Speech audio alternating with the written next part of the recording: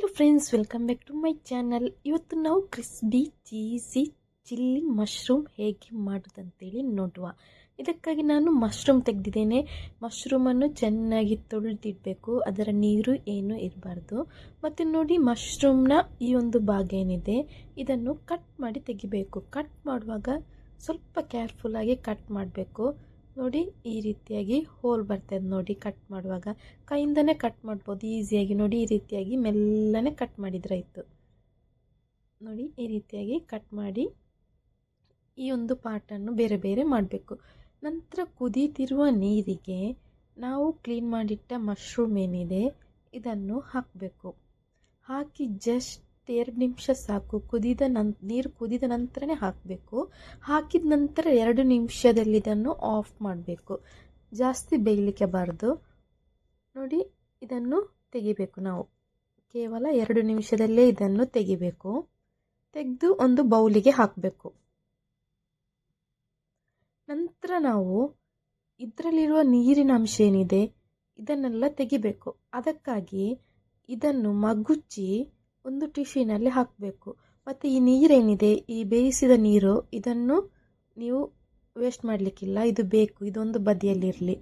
ನಂತರ ನೋಡಿ, ಮಶ್ರೂಮನ್ನು ತಿರುಗಿಸಿ, ಈ ಹೋಲ್ ಇದೆ ನೋಡಿ ಮಶ್ರೂಮಲ್ಲಿ, ಆ ಭಾಗವನ್ನು ತಿರುಗಿಸಿ ಟಿಶ್ಯೂನಲ್ಲಿ ಹಾಕಬೇಕು. ಆಗ ನೀರೆಲ್ಲ ಇಳಿತದೆ. ಅದರ ಮೇಲ್ಗಡೆಗೆ ಕೂಡ ಟಿಶ್ಯೂ ಇಡಿ, ಆಗ ನೀರೆಲ್ಲ ಸಂಪೂರ್ಣವಾಗಿ ಹೋಗ್ತದೆ. ನೋಡಿ, ಈ ರೀತಿಯಾಗಿ. ನಂತರ ಇದರ ಮಸಾಲೆಗೆ ಅಂತೇಳಿ ನಾನಿಲ್ಲಿ 2 ಈರುಳ್ಳಿ ಮತ್ತು ಸ್ವಲ್ಪ ಕೊತ್ತಂಬರಿ ಸೊಪ್ಪು ಸಣ್ಣ ಸಣ್ಣ ಕಟ್ ಮಾಡಿ ಹಾಕಿದ್ದೇನೆ. ಇದಕ್ಕೆ ನಾವು ಸ್ವಲ್ಪ ಚಿಲ್ಲಿ ಪೌಡರ್ ಹಾಕಬೇಕು, ಮೆಣಸಿನ ಹುಡಿ. ನಿಮಗೆ ಎಷ್ಟು ಖಾರ ಬೇಕೋ ಅಷ್ಟು ಮೆಣಸಿನ ಹುಡಿ, ಉಪ್ಪು ಮತ್ತು ಚೀಸ್ ಇದನ್ನು ಹಾಕಿ ಕರೆಕ್ಟಾಗಿ ಮಿಕ್ಸ್ ಮಾಡ್ಕೋಬೇಕು. ನಂತರ ಮಶ್ರೂಮ್ ನೋಡಿ, ಈ ಮಶ್ರೂಮ್ನ ಈ ಒಂದು ಹೋಲ್ ಗ್ಯಾಪ್ ಇದೆ ನೋಡಿ, ಆ ಗ್ಯಾಪಿನಲ್ಲಿ ಎಷ್ಟು ಹಿಡಿಸ್ತದೆ ಅಷ್ಟು ಈ ಒಂದು ಮಸಾಲೆಯನ್ನು ನಾವು ಫಿಲ್ ಮಾಡಬೇಕು. ಕರೆಕ್ಟಾಗಿ ಫಿಲ್ ಮಾಡಿದ್ರಾಯ್ತು. ಸ್ವಲ್ಪ ಪ್ರೆಸ್ ಮಾಡಿಕೊಂಡು ಫಿಲ್ ಮಾಡಿದರೆ ಸ್ವಲ್ಪ ಜಾಸ್ತಿನೇ ಮಸಾಲೆ ಹಿಡಿತದೆ. ಈ ರೀತಿಯಾಗಿ ಎಲ್ಲದಕ್ಕೆ ಮಸಾಲೆ ಫಿಲ್ ಮಾಡಿ ಆಯಿತು. ನಂತರ ನೋಡಿ, ಮೈದಾ ಹುಡಿಗೆ ನಾವು ಆಗ ಬೇಯಿಸಿಟ್ಟಿದ್ದ ಮಶ್ರೂಮ್ನ ನೀರೇನಿದೆ ಅದರಲ್ಲಿ ಮೈದಾ ಹುಡಿಯನ್ನು ಕರಗಿಸಿ, ಉಪ್ಪು ಹಾಕಿ ಕರಗಿಸಿ ಈ ರೀತಿಯಾಗಿ ಹಿಟ್ಟು ಮಾಡ್ಕೋಬೇಕು. ಜಾಸ್ತಿ ತೆಳು ಮಾಡಲಿಕ್ಕೆ ಹೋಗಬಾರ್ದು. ದಪ್ಪಾಗಿ ಹಿಟ್ಟು ಮಾಡಿದ ನಂತರ ನಾವು ಈ ಒಂದು ಮಶ್ರೂಮನ್ನು ಏನು ಮಾಡಬೇಕು, ಇದರಲ್ಲಿ ಡಿಪ್ ಮಾಡಬೇಕು. ಮತ್ತು ಇಲ್ಲಿ ಬ್ರೆಡ್ ಕ್ರಮ್ಸ್ ಇಟ್ಟಿದ್ದೇನೆ. ಈ ಬ್ರೆಡ್ ಕ್ರಮ್ಸ್ನ ಮೇಲೆ ಇದನ್ನು ನಾವು ಹರಡಿಸಬೇಕು. 2 ಸಲ ಇಲ್ಲಿ ನಾವು ಮಶ್ರೂಮನ್ನು ಬ್ರೆಡ್ ಕ್ರಮ್ಸ್ನಲ್ಲಿ ಹಾಕಲಿಕ್ಕೆ ಉಂಟು. ನೋಡಿ, ಒಂದು ಸಲ ಹೀಗೆ ಮಾಡಿದ ನಂತರ ಮತ್ತೊಂದು ಸಲ ಆ ಮಶ್ರೂಮನ್ನು ತೆಗೆದು ನಾವು ಮೈದಾ ಮಿಕ್ಸಿಗೆ ಹಾಕಬೇಕು. ನೋಡಿ, ಈ ರೀತಿಯಾಗಿ. ಮತ್ತು ಒಂದು ಸ್ಪೂನ್ನಲ್ಲಿ ಅದರ ಮೇಲ್ಗಡೆಗೆ ಪುನಃ ಮೈದಾ ಮಿಕ್ಸನ್ನು ಹಾಕಬೇಕು. ನಂತರ ಪುನಃ ಇದನ್ನು ಬ್ರೆಡ್ ಕ್ರಮ್ಸ್ನಲ್ಲಿ ಹರಡಿಸಬೇಕು. ಮೆಲ್ಲನೆ ಕೈಯಲ್ಲಿ ತೆಗೆದು ಬ್ರೆಡ್ ಕ್ರಮ್ಸ್ನಲ್ಲಿ ಹರಡಿಸಬೇಕು. ನೀವು ಮೈದಾ ಮಿಕ್ಸ್ ಮಾಡ್ತೀರಿ ನೋಡಿ, ಮೈದಾ ಮತ್ತು ನಾವು ಮಶ್ರೂಮ್ ಬೇಯಿಸಿದ ನೀರನ್ನು, ಆ ನೀರಿಗೆ ಉಪ್ಪು ಹಾಕಿ ಇದನ್ನು ಮೈದಾವನ್ನು ಹಿಟ್ ಮಾಡ್ಕೋಬೇಕಾಯ್ತಾ. ಈ ರೀತಿಯಾಗಿ ಮಿಕ್ಸ್ ಮಾಡಿದ ನಂತರ ನಾವು ಇದನ್ನು ಒಂದು ಬದಿಯಲ್ಲಿ ಇಡಬೇಕು. ನೋಡಿ, ಇದನ್ನು ಒಂದು ಬದಿಯಲ್ಲಿ ಇಡುವ. ಇದೇ ರೀತಿಯಾಗಿ ಎಲ್ಲವನ್ನು ಮಾಡ್ಕೋಬೇಕು.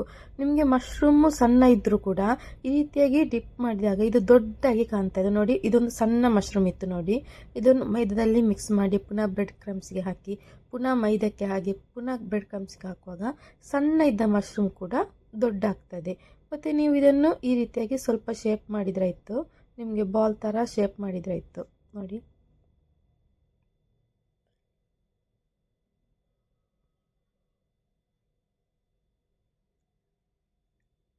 ಹೀಗೆ ಎಲ್ಲವನ್ನು ಮಾಡಿ ಆಯಿತು. ನೋಡಿ,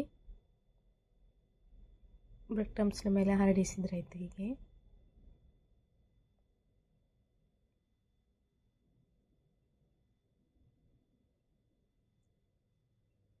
ಈಗ ನೋಡಿ, ಮಶ್ರೂಮ್ನ ಇದೇನಿದೆ ಅದರ ಒಂದು ದಂಟಿನ ಭಾಗ ಅದನ್ನು ಕೂಡ ಈ ರೀತಿಯಾಗಿ ಮಾಡಿದ್ರಾಯ್ತು. ಅದಕ್ಕೆ ಮಸಾಲೆ ಏನು ಹಾಕಲಿಕ್ಕಿಲ್ಲ, ಜಸ್ಟ್ ಈ ರೀತಿಯಾಗಿ ಮಾಡಿದ್ರಾಯ್ತು. ನೋಡಿ,